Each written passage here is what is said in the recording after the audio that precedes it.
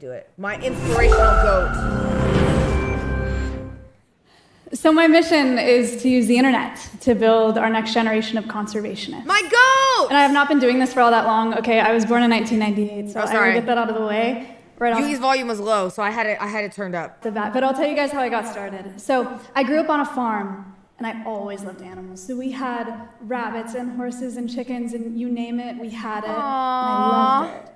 So then, when I was 18 and in college, naturally, I got a job as a zookeeper. So I'd put on the safari outfit, and I would bring animals like kangaroos and lemurs to schools and birthday parties to teach kids about wildlife. So you have a pretty cool job. It was really awesome. So then one night after work, I met some friends online who were live streaming themselves playing video games on Twitch, and I had no idea. $50K per ticket? Oh yeah, I don't know if I've told you guys this, but the first time when Maya told our friend group that she was doing this, and she messaged all of us, I literally was like, oh my God, I'll go buy a ticket to support you, because I was like, yeah, all of us should go do that. And then she was like, oh, well, the tickets are like $12,000 and that's for like the back seats. And I said, oh my God, I'm going to watch the YouTube video when it comes out. Have fun. You know what I mean? I was like, yeah, have a great time. I could broadcast myself live on this website doing whatever I like wanted. that. So Nope. I could cook, or I could sing, or I could play video games.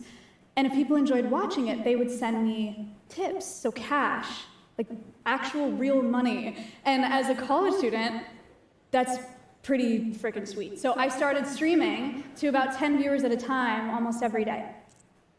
Then one night after one of these live streams, I got a call from a zookeeper friend about this red-tailed hawk who had been hit by a car and he needed help.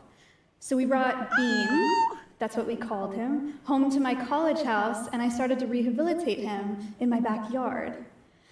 So then one night I'm live streaming, I'm cooking, I'm talking about this new hawk in my backyard, and one of my viewers didn't believe me. They didn't believe that I had a bird in my backyard. And I could not have that. So I put my falconry glove on, and I brought the bird inside to show them, of course, because I have a problem. And one of the people watching this stream made a short video of this moment. That is so, like, look at how crazy that is. Oh my God. Knowing where Maya is now and seeing, like, makes me so proud. And they shared it on Reddit, and it went viral. So my viewership shot up overnight, and I started live streaming Bean's rehabilitation process. So I'd call him from his perch to my glove, and the people watching my streams started becoming as invested as I was in his recovery. It was like they were doing it with me, sort of, which was the coolest thing that I've ever done. And then eventually, because I was reaching so many people, bro, this is so sick. The zoo that I worked at started allowing me to bring animals like cockatoos and reptiles home to present on my live stream. So suddenly, somehow, I had turned this zoo outreach job that I had into a work-from-home situation. That's when Reddit wasn't toxic. Oh my God, you are like, what? Reddit, from the time it's ever been a thing, is always been toxic. Also, Trail. No, I'm not. Oh my God, bro. Awesome, but instead of reaching 20 kids at a time, Yo, y'all are not bots. I was reaching thousands of people at a time, all over the world. So this was when it really clicked for me, right? I wanted to do this. Bro, LSF was AIDS? Was? Was? Why are we saying past tense? Was. I mean, I guess because like it's not really a thing anymore, but like was? For the rest of my life. But I wanted to do it at a much, much larger scale. So then 2 years later, at 22 years old, I came up with a plan, and the vision was to build an animal sanctuary that nobody visits, or at least not in person. W zebra, W horse. We would rescue animals and build huge animal enclosures, and we would live stream conservation education programs online, so people could fall in love with our animals, the way that they fell in love with Bean, that bird. Our animals would be able to reach millions and... LSF is that pogger shit. It is from that area. I will say, bro, you know what I'm really tired of, though? I'm really tired of people using the word poggers to describe different communities when they don't like certain things about that community. I don't really think it makes any sense. Because, like, when people do bad stuff on the W side, you don't use it as a representation for all of W. You know what I mean? So, like, it's kind of unfair to the other community for, like, people who are normal to then put, like, all those toxic people as the whole community. Because there's a lot of normal video game playing motherfuckers, bro. Super TF, for example. Well, no, Super TF is maybe not the best example. Millions of people without that is my having goat, to meet though. a single one of them in person. That is my goat. And then, of course, I would fundraise all of the capital to do all of these things and build this entire facility in one single live stream, which is the craziest idea that I've ever had. I feel like Poggers is like crazier. OTV, OTK. It worked somehow. So I'm live streaming one day, and there's oh, thank you. Whoa.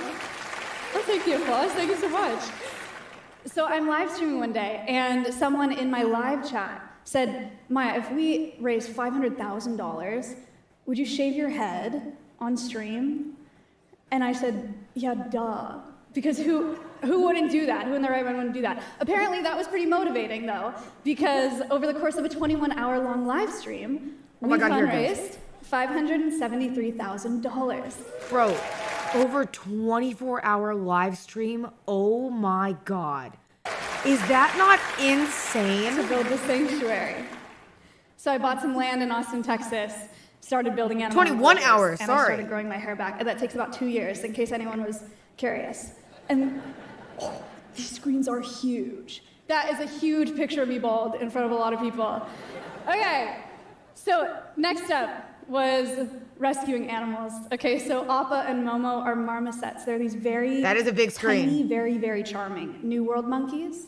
Someone originally bought them as pets online, but then after years of inadequate care, they were brought to us for rehabilitation. So they now live at Alveus to help teach people about the exploitation of primates in the pet trade and about the importance of conserving their rainforest habitats too. They also have a little iPad to play games on now. It's very, very cute. Finn is an American red fox who was confiscated from the illegal pet trade in California. So he and his best friend Reed now live at Alveus to help teach people about the nightmare that is the fur trade. Oh, hold on. Reed is really cute, but he looks like he's about to bonk the fuck out of this one. Oh my God, yo, Reed looks like he's chasing that motherfucker with a mission. Holy shit. This is how Cheddar be looking at Mushi and Uni, bro. Oh my God. He'd be hunting them down. To help teach people about the nightmare that is the fur trade, helping to build a new generation of fur-free consumers. Then there's Winnie the Moo. She's a cow. She was rescued from a beef operation in Oklahoma. She lives at Alveus to help teach people about commercial agriculture and how it impacts animal welfare and our planet. One way that viewers can support the sanctuary is by feeding Winnie treats. So a $5 donation made online results in treats being dispensed via this automated feeder. To date, that treat feeder has generated over $38,000 in funding for the sanctuary. Isn't that crazy? Bro, that's crazy. $38,000 for a feet treater is insane. Or a treat feeder. Feet. Oh my God, I might be dyslexic. It's a lot of treats. Or slow, or sped. Probably all three. She's a very happy cow. Since 2019, through live streaming, I have raised over $7.5 million for conservation causes across the globe. Wait, how much? I've raised over $7.5 million for conservation causes across the globe. 7.5 million. Chat, like, really think about how much $7.5 million is. That is so much money. Oh my God. 7.5 million. Cinna, can you match that? In 2020. Yo, the animals might be going hungry tonight if it's relying on me to match. I can't lie. No, I don't. I'm not like that. You know what I mean? 25 alone, we reached over 250 they might be going hungry. I'm sorry. People with conservation education online. It's over 10 million classrooms, just like the ones that I was bringing zoo animals to in college, just in the last year. Alveus is now home to rescued parrots and emus and monkeys and wolf dogs and more, and we have. I'm surprised that she didn't have a little solo one on Stompy. 24 hours a day. But the beautiful thing about these live cameras is our animals are all blissfully unaware of the thousands of eyes on them at any given time. Not being open to the public means that our animals are less stressed by the unpredictable factors that come with people visiting, right? It also means that we've never had to divert any of our funding to guest experiences, subs. like gift shops and concession stands and parking lots. But one of the most positive benefits is we've developed one of the most accessible Zoom models in the world. Anyone with an internet connection can visit our animals for free from their device from anywhere on the planet. And they do. Our online demographic, our online community, they range from about 17 to 28 years old. We are our nation's new voters, new consumers, and up-and-coming decision makers. We hold the future of this planet in our hands. But most of our online community didn't even join with an interest in environmentalism at all. They are just normal people, internet users who stumbled across our content. I love when you can feel passion from people. I love it. Like when you can feel that somebody loves what they do and that they're happy, it is like such a good feeling. I don't know, like I love seeing stuff like this.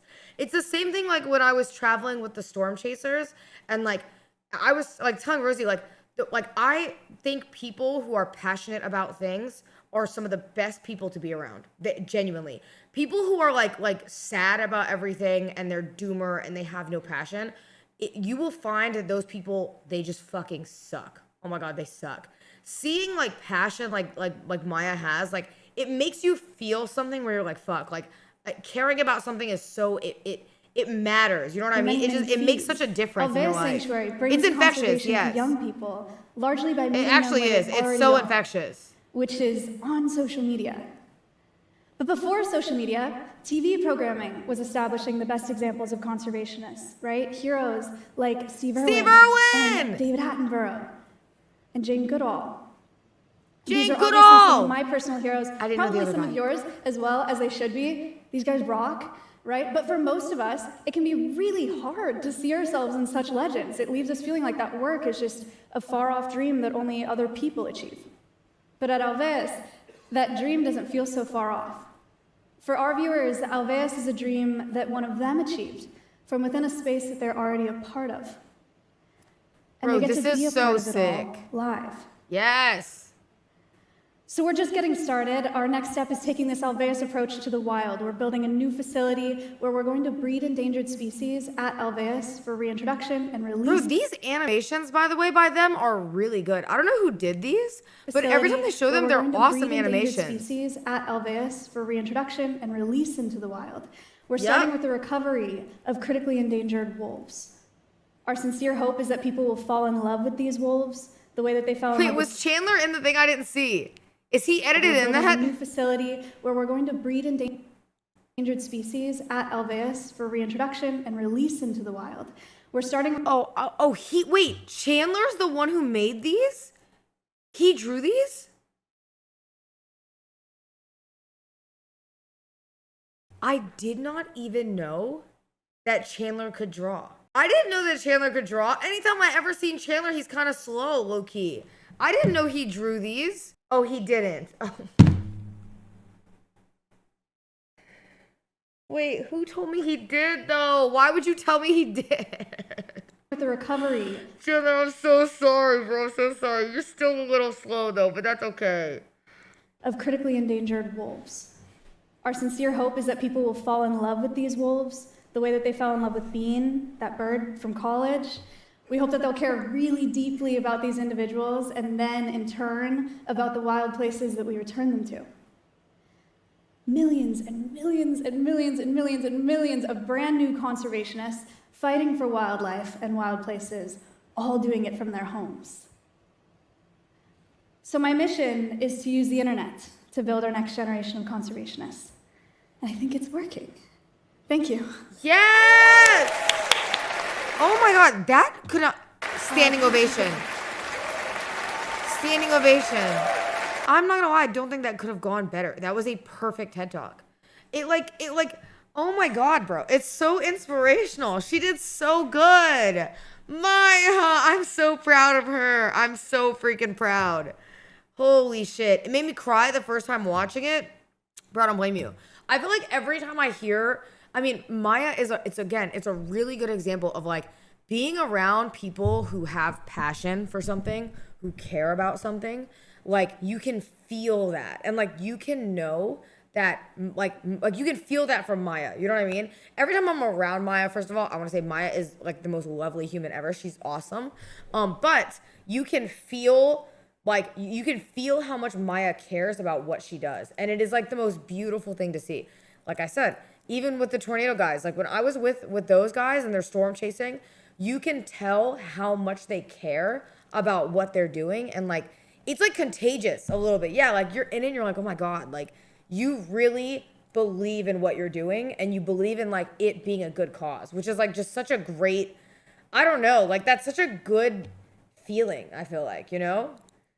She's such a breath of fresh air on Twitch. Oh, I mean, chat, there are like, I'll tell you, you'd be surprised. Like Maya is so like incredibly like dedicated to what she does. And I know people, they're like, Alveus might not be all your things, whatever, but like I love that Maya stands on what she believes in, especially on Twitch. Cause I feel like sometimes on Twitch, like people get a little out of line. You know what I mean? They don't think about stuff. You know, people use animals for content, stuff like that. Like I'm glad that Maya sets that line so that people feel a reason to not do those things. You know what I mean? It's like good that Maya has that boundary. I think it's so good.